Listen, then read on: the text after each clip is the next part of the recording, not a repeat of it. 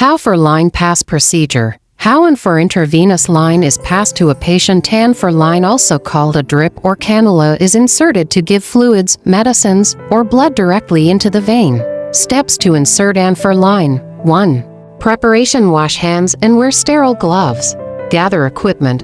For cannula, tourniquet, antiseptic swab, tape, syringe, saline, and IV fluid set. 2. Patient identification: form patient's name and explain the procedure to reduce anxiety. 3. Apply tourniquet: a tourniquet above the insertion site, usually forearm or hand. This makes the vein more visible and easier to puncture. 4. Select venous: a visible, straight vein, usually cephalic, basilic, or dorsal hand vein. 5. Clean the situs: an antiseptic swab like alcohol or chlorhexidine to clean the area and let it dry. 6. Insert the cannula: hold the skin tight and insert the cannula needle bevel up around 30 angle. When you see a flashback of blood, that means the needle is in the vein. 7. Advance cannula: push the plastic part cannula gently into the vein while withdrawing the needle. 8.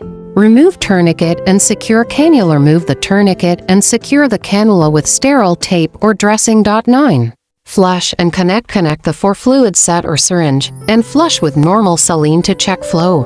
10. Dispose used items: dispose of needles safely in a sharps container.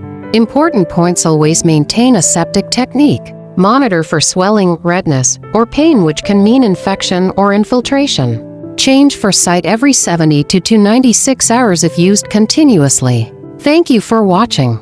Please subscribe for more video.